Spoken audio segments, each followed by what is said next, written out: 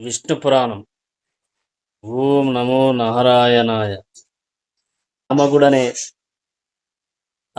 ఆయన యుద్ధం చేసి వస్తుండగా ఒక స్త్రీ కంటబడి ఆమెను నగరానికి తీసుకువచ్చే కాటికి నిన్న చెప్పుకుందాం. ఈరోజు జామగుడు ఆమె నూరడించి అంటే ఆమెను చేసుకుందామని తలచి ఆ రూపురేఖలకు వశుడై ఓదార్చి ఈమెను నగరికి తీసుకుపోయి శైభ్య అనగా అతని భార్య శైభ్యతో చెప్పి అది గొడ్రాలు కనుక ఈమెతో పెండ్లికి ఒప్పుకుంటుంది అని రథమెక్కించి రాగా పౌరులు మంత్రులు వారితో శైభ్య ఎదురు వచ్చి స్వాగతం పలికారు. శైభ్య భర్త ప్రక్కనున్న కాంతను చూసి కలతపడిన మనసుకి కోపం ధూపం చెయ్యగా చురచురలాడే చూపులతో చూస్తూ అన్నది, ఎవరది? ఎందుకు తీసుకువచ్చావు? దీనిని మోహించావా? పెళ్లి చేసుకోవాలని అనుకున్నావా? ఈ ముసలితనంలో అదిన్ని నేనుండగా ఏమిటి బుద్ధి అని శైభ్య అడగగా శైభ్య మాటలకి జంకి గుండె గడగడలాడగా బెదురుతూ చూసి అన్నాడు రాజు, ఇది కోడలు మనింట ఉండవచ్చు అని తీసుకువచ్చాను. నీకిష్టమైతే నీతో ఉంచు, కాదంటావా ఇంకెక్కడికైనా నువ్వే పంపించు.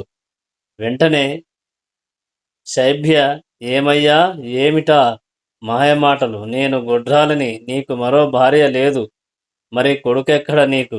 ఇది కోడలెలా అవుతుంది అని అనగా రాజుకి ఏమి చెప్పడానికి తోచలేదు. ఒకంతసేపు అలా ఉండి చివరకు గుండె దిటవు చేసుకొని అన్నాడు, నువ్వు ఇలా గొడ్రాలవయ్యే ఉంటావా? నీకు కొడుకు కలగడా? కోడలుండదా? శైభ్య చిరునవ్వుతో చూసి సరే రండని మేడలోనికి తీసుకుపోయింది. సుఖంగా ఉన్నారు. కొన్నాళ్ళకి గర్భవతి అయింది. చక్కని రూపురేఖలు గల కొడుకు పుట్టాడు. విదర్భుడు అని వానికి పేరు పెట్టారు. వాడు పెరిగి పెద్దవాడు కాగా తను తోడుకొని వచ్చిన రాచకన్యను వానికి ఇల్లాలుగా పెళ్లి చేశాడు. రాజ్యాధికారం అప్పగించి తపశ్చర్యకై అడవికి పోయాడు. పరిపాలకుడైన విదర్భుని పేరుతో ఆ దేశం విదర్భ దేశంగా ప్రసిద్ధమైంది. విదర్భనకు 2 కొడుకులు, క్రత కైశిషుడు, రోమాపాదుడు అని వారి పేర్లు.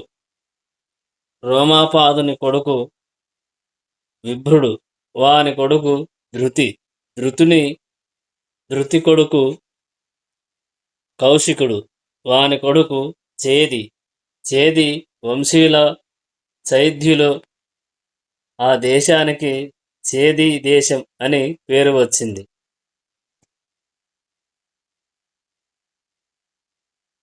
క్రత కైశిశునకు ఇందుమతి అనే కూతురు, కుంతి అనే కొడుకు కలిగారు. ఆ ఇందుమతి సూర్యవంశుడైన అజుని భార్య అయింది. కుంతి ధర్మ పద్ధతిగా ధరణిని పాలిస్తూ భోగ భాగ్యాలను అనుభవిస్తూ ఉన్నాడు. ఆ కుంతికి వృష్టి, వానికి ధృతి, వానికి దశార్హుడు, వానికి వ్యోముడు, వానికి అనుడు, వానికి పురోహిత్రుడు, వానికి అంశుడు, వానికి సత్యతుడు కొడుకులు. సత్యతుని కొడుకు ఉత్వకుడు. ఈ జామగుని వంశకథలు భక్తితో విన్నవారికి ఏ పాపాలు అంటవు. ఉత్వతుడి కొడుకులు భజమాన, దివ్యాంధ, వేదావృత, మహాభోజ, వృష్ణులని 6 కొడుకులు. వారిలో భజమానునకు నిమి, వృక్షుడు, వృష్టి, శతజిత్తు, సహస్రజిత్తు, యుతజిత్తు అని 6 కొడుకులు. దేవావృధునకు బభ్రుడు, దేవ విభుడు కలిగారు. మహాభోజనకు భోజమూర్తులు పుట్టారు. వృష్టికి కొడుకు సుమిత్రుడు, వాని కొడుకులు అమిత్రుడు, శిబి. అమిత్రుని సుతుడు నిఘ్నుడు, వాని కొడుకులు ప్రసేన, సత్రాజిత్తులు. సత్రాజిత్తు భాండము నావరించిన చీకటిని మటుమాయం చేసే వెలుగు గల 1000 కిరణాల వాడును. కాలకర్తయు పరాపర విద్యలచే సాక్షాత్కరించే వాడును, త్రిమూర్తి స్వరూపుడును అయిన సూర్యభగవాను నిశ్చల శ్రద్ధాభక్తులతో తపస్చేసి ప్రసన్నుని చేసుకున్న భాస్కరుడు ప్రత్యక్షమయ్యాడు.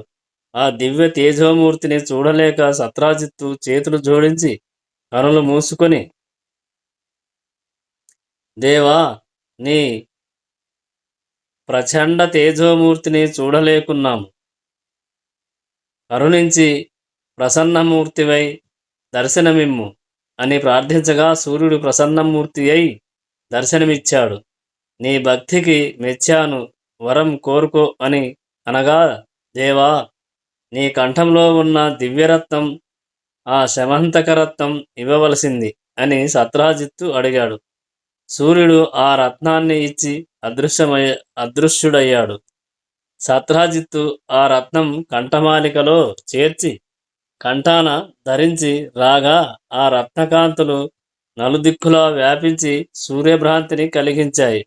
అంతటా ద్వారకా పురవాసులు సూర్యునిగానే భావించి వడివడిగా వెళ్ళి శ్రీకృష్ణుణ్ణి చూసి, దేవా, సూర్యదేవుడు వస్తున్నాడని చెప్పారు. త్రికాలవేది అయిన కృష్ణుడు చిరునవ్వు మోహంతో వారికి ధైర్యం చెప్తూ, సూర్యుడు కాడు, సూర్యుని వల్ల ఒక రత్నం పొంది సత్రాజిత్తుడు దానిని మెడలో ఉంచుకొని వస్తున్నాడు. ఆ రత్నకాంతులు మీకు సూర్యభ్రాంతిని కలిగించాయి అని వారిని శాంతపరిచి పంపించాడు. సత్రాజిత్తు తన ఇంటికి వచ్చి సుఖ సంతోషాలతో ఉన్నాడు. ఆ మణి దినమునకు 8 బారువుల బంగారం ధనం ఇస్తూ ఉండగా సత్రాజిత్తు దానిని అతిథులకు, అభాగ్యుతులకు, యాచకులకు సంతృప్తిగా వినియోగిస్తూ నలుదిక్కుల పేరు పెంపులతో ప్రసిద్ధుడయ్యాడు. ఆ శమంతకమని ప్రభావంచే అతివృష్టి, అనావృష్టి, క్రూర జంతు బాధ, శత్రుపీడ ఇలాంటి దోషాలు లేనిదై ఆ రాష్ట్రం అన్ని విధాల ఆనంద నిలయమై రాణిస్తుంది. అలా ఉండగా కృష్ణుడు ఆప్తులను రావించి ఒకనాటి రాత్రి ఆలోచించాడు. రాజైన ఉగ్రసేనుని వద్ద ఆ రత్నం ఉండడం సమంజసం కదా అన్నాడు. అందరూ సమ్మతిగా తలలూపారు. మళ్ళీ సందేహించాడు.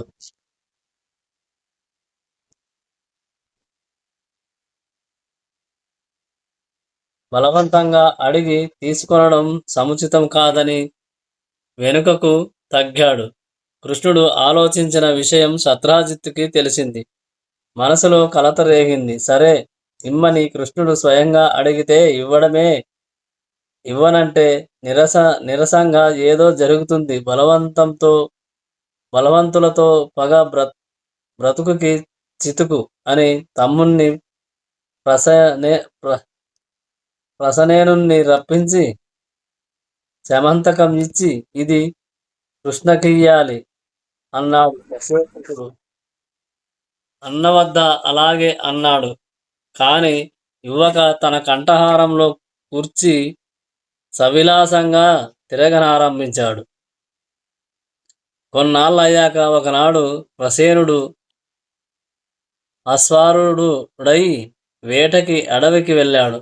అక్కడ ఒకచోట కంటపడిన సింహం ప్రసేనుణ్ణి, గుర్రాన్ని చంపి దాని మెడలో ఉన్న మణిని తీసుకుపోయింది. కొంత దూరాన దానికి ఎదురుగా వచ్చిన జాంబవంతుడు దానిని చంపి శమంతకమణిని తీసుకుపోయి తన గుహలో ఉన్న కుమారునికి సుకుమారునికి ఇచ్చాడు. ప్రసేనుని చావు తెలిసి యాదవులు కృష్ణునిపై నిందాక్షతలు జల్లారు. శమంతకం పరిపాలకుడైన ఉగ్రసేనునికి ఇవ్వాలని కృష్ణుని ఆలోచన.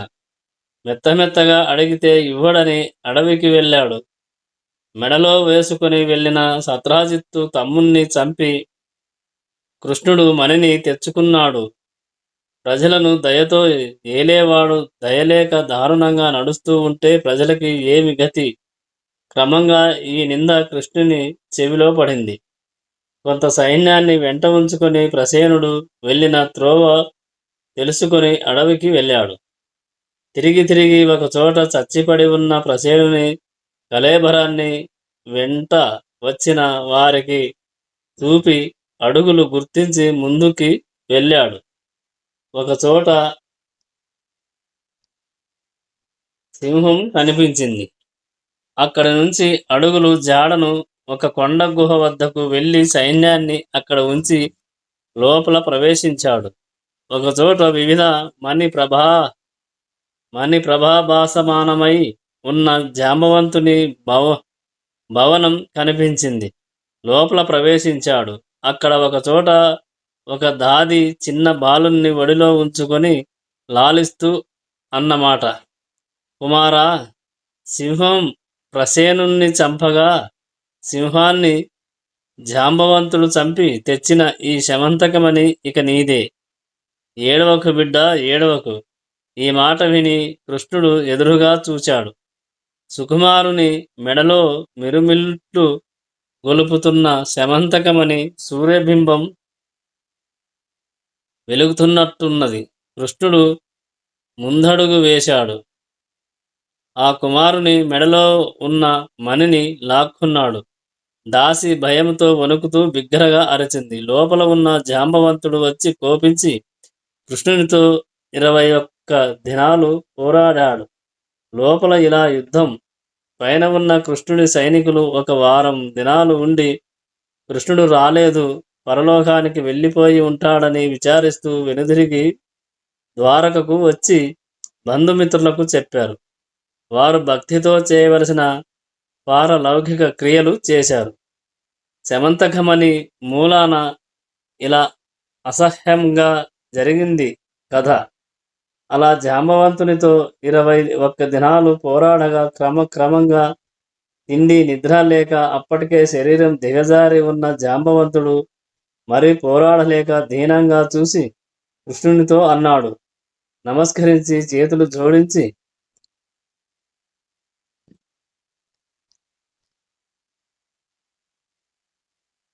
చేతులు జోడించి మునుపు లంకలో రావణుని సైన్యం రాముని సేనతో పోరాడినప్పుడు కంటపడిన రక్కసుని ముక్కలుగా చిదిపి రామునిచే మన్నన కొన్నవాడను. నాకు మనుష్యుడు ఒక లెక్క. నా పేరు విన్నంతనే దేవదానవ సైనికులకు గుండెల్లో దడ పుట్టుతుంది. అలాంటి నన్ను ఎదిరించి అదిమి నిరసపెట్టిన నిన్ను మానవుడనడానికి తగదు. నన్ను అనుగ్రహించడానికి ఈ రూపాన వచ్చిన శ్రీమన్నారాయణుడవా అని అనగా కృష్ణుడు చిరునవ్వుతో చూసి తన సమాచారం చెప్పి పోరు వలన కలిగిన బాధను పోగొట్టి నేను నిమరగా జాంబవంతుడు తొల్లిట జవసత్వాలు కలవాడై పరమానందంగా కృష్ణుణ్ణి తన మెడలోనికి తోడుకొని వెళ్ళి ఆరాధించాడు. తన కూతురు జాంబవతినిచ్చి వివాహ పద్ధతి పలికాడు. శమంతకంతో మరికొన్ని వస్త్రాలు ఆదరణంగా ఇచ్చాడు. అవన్నీ తీసుకొని కృష్ణుడు జాంబవతితో ఆనందంగా ద్వారకకు వచ్చాడు. కృష్ణుని చూసి పురవాసులు పరమానంద భరితులై అభినందించారు. కృష్ణుడు జాంబవంతుని మెడలోనికి చేర్చి కిందికి వచ్చి సత్రాజిత్తును రమ్మని కబురు పంపాడు. సత్రాజిత్తు వచ్చాడు. కృష్ణుడు శమంతకం సత్రాజిత్తును ఇచ్చి జరిగినదంతా చెప్పాడు. నింద బాపుకొన్నాడు. సత్రాజిత్తు ఆలోచించాడు. ఈ మణి ఎప్పటికైనా నాకు అపాయకరమే. ఏమి చెయ్యాలి? దీనిపై కృష్ణునకు కోరిక కలగనట్లు చెయ్యాలి. ఇప్పుడు వేసిన నిందకి ఎంత పగబట్టుతాడో! పెద్దలచే చెప్పించి ఒప్పించి తన పుత్రికారత్నం సత్యభామను కృష్ణునికిచ్చి కళ్యాణం జరిపించాడు.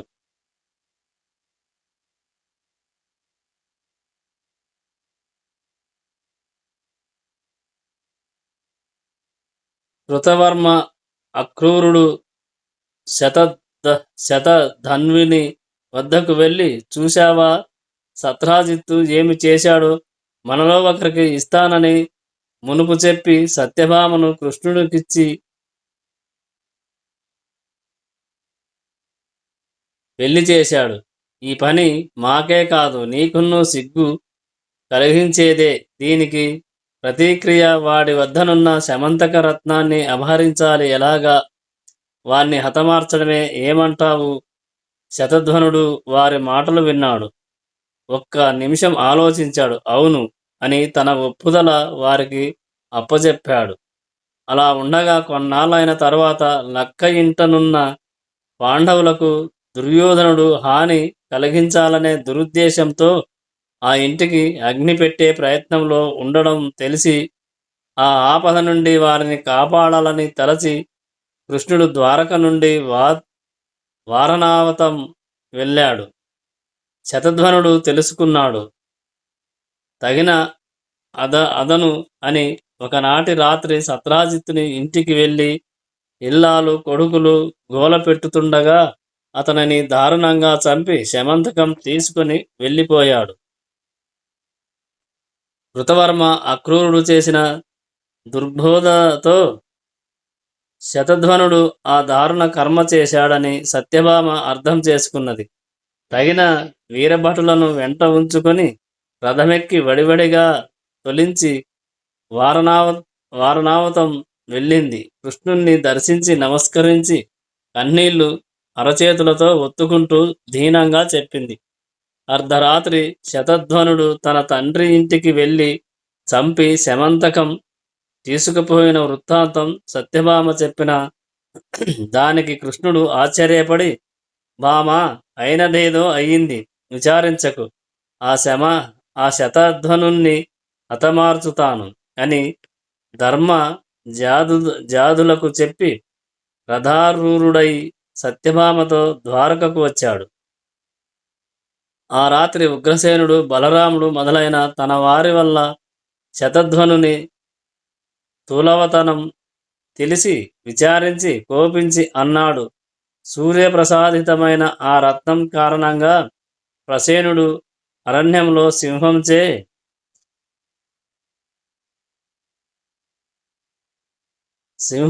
మరణించాడు.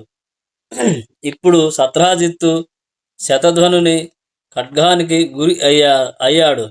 అన్నదమ్ములిద్దరూ ఇలా దుర్మరణం పాలయ్యారు అని అన్నను చూసి, ఆ శమంతకమని ముల్లోకాలకు ఉపకారం ఇక మన వద్ద ఉండవలసిందే. ఆ దుష్ట శతధ్వనుణ్ణి హతమార్చకపోతే మనకి అపకీర్తి వస్తుంది అని అనగా, సరే, వాణ్ణి పరిమార్చి ఆ రత్నాన్ని కైవసం చేసుకుంటాను అని బలరాముడు ప్రతిజ్ఞ పలికాడు.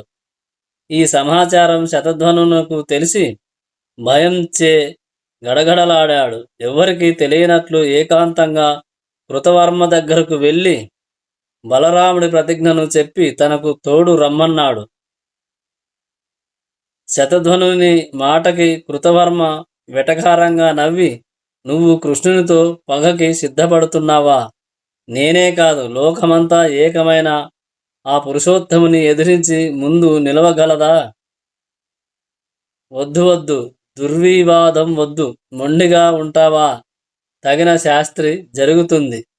శతధ్వనుడు తల తడుముకుంటూ ఆ క్రూరుడి వద్దకు వెళ్ళి తన దురుద్దేశ చెప్పి తోడు పడమన్నాడు. ఆ క్రూరుడు కూడా కృతవర్మలాగే అన్నాడు, ఏమి ఈ దుర్బుద్ధి? కృష్ణునితో పగ, బ్రతికి ఉంటావా? కృష్ణుడెవరనుకున్నావు?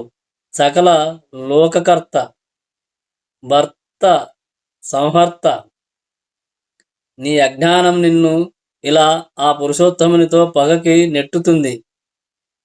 తొందరపడకు, బుద్ధిమంతుడవై ప్రవర్తించు, ఇక్కడ ఉండక చాటుగా ఎక్కడికైనా పో అని అనగా అతని మాటకు కట్టుబడి శతధ్వనుడు అన్నాడు, సరే, నా మాట ఈ మహానీయ రత్నాన్ని ఆ కృష్ణుడికి చెందకుండేటట్టు ఎక్కడైనా దాచి ఉంచు. కాదంటావా? నీవే నీదిగా కాపాడుకో. ఏమంటావు?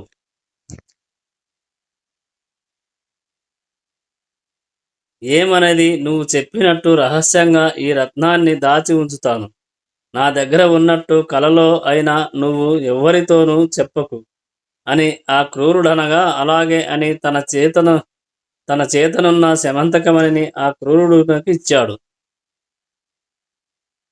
శతధ్వనుడు తిరిగి తన భవనానికి వస్తూ విన్నాడు, కృష్ణుడు తన మీదికి వస్తున్నాడని. ఆ సమాచారం తెలిసి అదిరి బెదిరి ఒక గుర్రం ఎక్కి ఊరు విడిచిపోయాడు.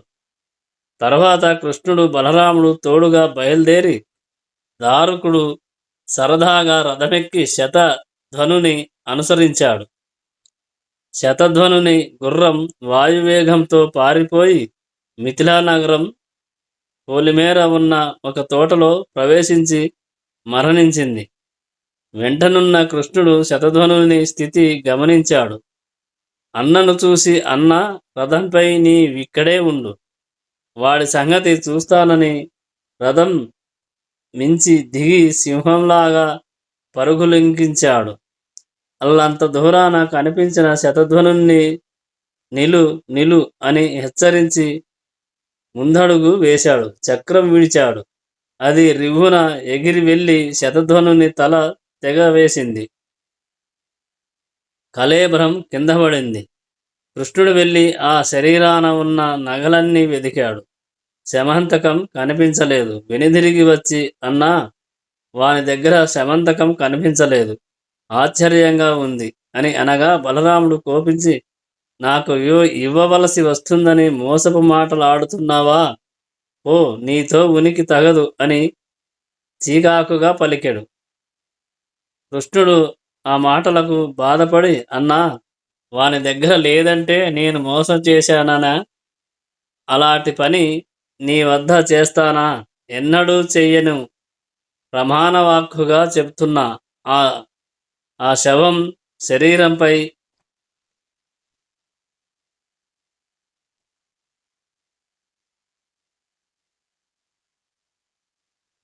శరీరంపై శమంతకం లేదు.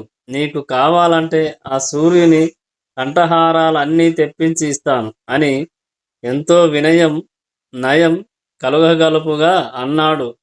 కాని బలరాముడు మాటలు వినలేదు. మద్యపాన మహిమ అది. నీతో ద్వారకలో ఉండడం ఇక నా వల్ల కాదు. ఎక్కడికో పోతాను, నీ దారి నువ్వు పో అని చురచురా చూసి నాగలి భుజాన ఉంచుకొని కోపంతో వడివడిగా అడుగులు వేస్తూ పోయి మిథిలానగరం ప్రవేశించాడు. అక్కడ జనక చక్రవర్తిచే మన్నన పొంది నివాసం ఏర్పరచుకొని అతని ముకుతః ఆధ్యాత్మ విషయాలు వింటూ దుర్యోధనునకు గదాయుద్ధ విషయం బోధించే గురువై 3 సంవత్సరాలున్నాడు. కృష్ణుడు ద్వారకకు వచ్చి ఇలాంటి నింద ఎలా వచ్చింది, దీనికేమి విరుగుడు అని విచారిస్తూ ఉన్నాడు. కృష్ణుని విచారం తెలుసుకొని ఉగ్రసేనాధులు మిథిలకు వెళ్ళి బలరాముని కలత తీరేట్టు బోధించి తిరిగి ద్వారకకు తీసుకువచ్చారు. శమంతకమని అక్రూరుడు తన ఇంట భద్రంగా రహస్యంగా దాచి ఉంచాడు. అది దినానికి 8 బారుల బంగారం ఇస్తూ ఉన్నది. దానిని నిరర్ధకంగా వెచ్చించక పరమేశ్వరార్పణంగా యజ్ఞాలు చేస్తూ యజ్ఞదీక్ష గల క్షత్రియ వైశ్యులను చంపినవారు బ్రాహ్మణ హత్య పాపానికి కట్టుపడతారని పెద్దల వల్ల విన్నవాడు కనుక యజ్ఞదీక్ష తన రక్షగా 60 సంవత్సరాలు ఏలాంటి అపాయం లేక సుఖంగా ఉన్నాడు. ఆ రత్న ప్రభావం వల్ల ఆ దేశం ఎలాంటి అరిష్టాలు లేక ధనధాన్య సమృద్ధితో విలసిల్లింది. కొన్నాళ్ళు గడిచిన తరువాత భోజుడు మొదలైన రాజులు నీతి నియమం లేక దొమ్మి యుద్ధం చేసి సత్వీత ప్రపౌత్రుడైన శత్రుఘ్నుణ్ణి చంపివేశారు. ఆ సంఘటనతో ఆ క్రూరుడు భయపడి తనకి ఏ ఆపద కలుగుతుందో అని ద్వారకలో ఉండలేక భోజసహితుడై కాశీకి వెళ్ళిపోయాడు. ఆ క్రూరుని ఎడబాటు ద్వారకకు యాదవ భూమికి గొప్ప అపద్రవం కలిగించింది. అనావృష్టి, పాడి పంటలు లేక రోగాలు కలిగి ప్రజలు బాధపడడం, ఇలా అనరాని వినరాని కనరాని ఉత్పాతాలకు విశేషించి ద్వారక నెలవయింది.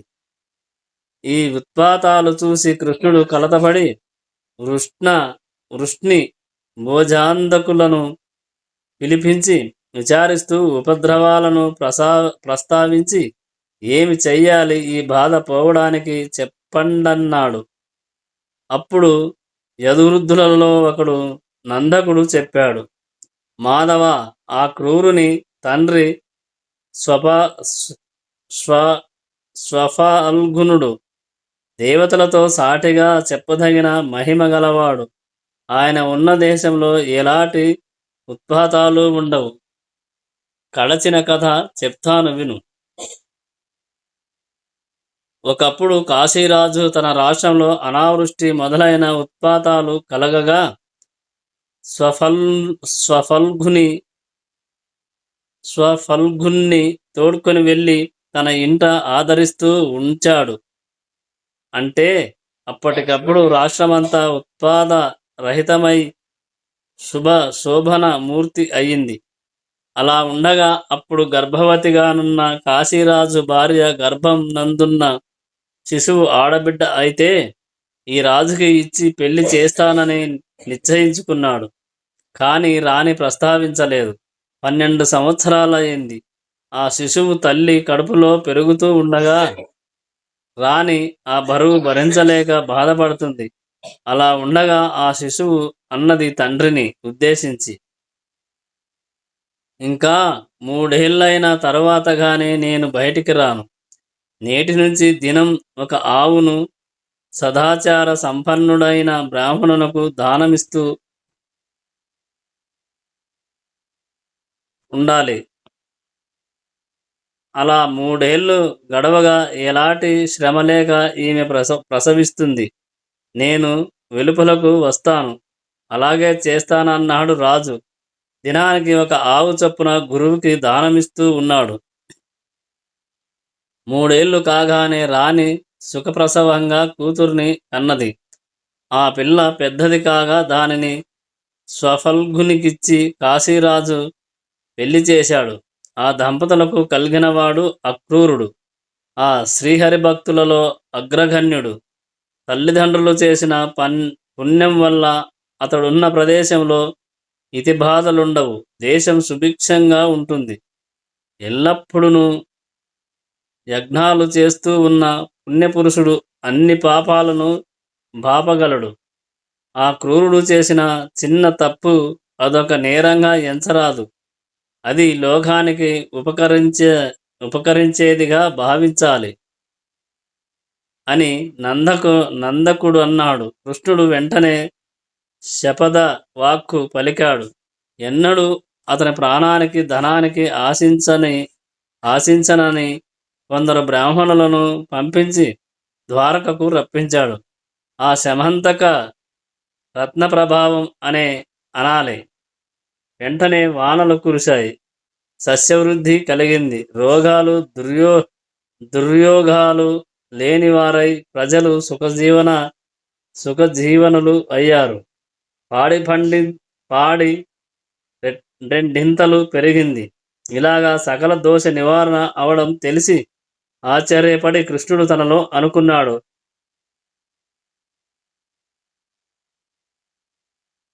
నందిని స్వఫల్గునుడు స్వల్ప పుణ్యులు.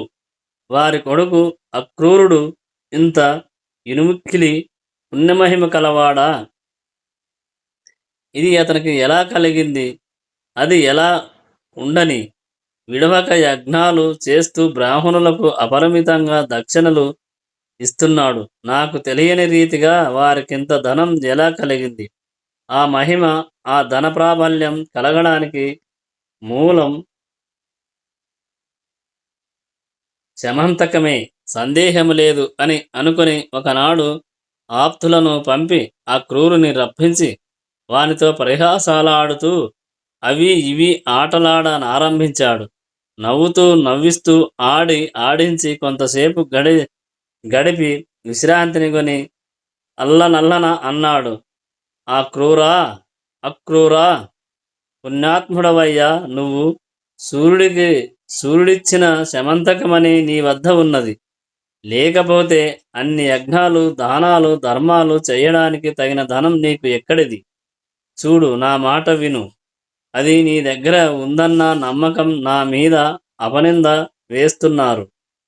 నా మీద పడిన ఈ నిందను పోగొట్టాలి. ఆ మని తెచ్చి నలుగురికి చూపించడం కర్తవ్యం. కృష్ణుని మాటలు విని ఆ క్రూరుడు అదిరి బెదిరి ఒకంతసేపటికి కుదిరి తనలో అనుకున్నాడు, ఆ మణి నా వద్ద ఉందని ఈ కృష్ణుడు గ్రహించాడు. ఇప్పుడు బయట పెట్టాడు. నేను దానిని అలాగే దాచి ఉంచితే లేదని తప్పుడు మాటలాడితే పోనిస్తాడా? అది ప్రాణం మీదికి తెచ్చుకోవడమే. ఎందుకీ బాధ అని తన పట్టుదట్టిలో కట్టి ఉంచిన శమంతకం కృష్ణునికి ఇచ్చాడు. ప్రభాత భాస్కర ప్రభాభాసమైన ప్రభాభాస ప్రభాభాసమానమై సామాన్య దృష్టితో చూడరానిదై అందం పొగడ్తలకు అలవాలమై ఉన్న శమంతక రత్నం శ్రీకృష్ణుని యొద్ద మరింత వెలుగుతూ కలకలలాడసాగింది. అక్కడ ఉన్న వారంతా ఆశ్చర్యంగా చూస్తూ జయధ్వనులు చేశారు. తర్వాత ఆ క్రూరుడు కృష్ణునితో అన్నాడు, కృష్ణ, నీ దయ నాపై ఉన్నందువల్లనే ఈ దివ్యరత్నం నా వద్ద ఉండడం, విశేషించి సంపద కలగడం అయింది. కానిచో ఇలా జరుగుతుందా? ఈ రత్నం మీది. ఆశతో ప్రసేనుడు, సత్రాజిత్తు, శరద్ధన్వుడు చనిపోయారు. అదే బాధ నా మనసులో ప్రాణహాని జరుగుతుందని.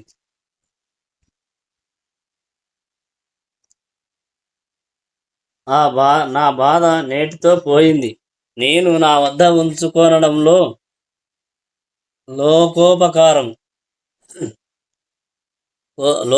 లోకోపకారం కోసమే. నువ్వు అడిగితే గాని స్వయంగా వచ్చి నేను నీకు ఇవ్వదలుచుకోలేదు. దాచిన పదార్థం అడిగితే గాని ఇవ్వరాదని పెద్దల మాట. అడిగావు, సమర్పించాను. ఇక నాకు ఏ గొడవ లేదు, రాదు. నీ కోరిక ప్రకారం కాని నిన్ను మనసులో ఆరాధించే నీ భక్తులను నన్ను కరుణించు కృష్ణ అన్నాడు. ఈ రోజుతో ఈ కథ వీటికి ముగిస్తున్నాను. మిగతాది రేపటి వీడియోలో తెలుసుకుందాం. వీడియో లెంత్ ఇంకా ఎక్కువ అవుతుంది, అందుకనే వీటికి ముగిస్తున్నాం.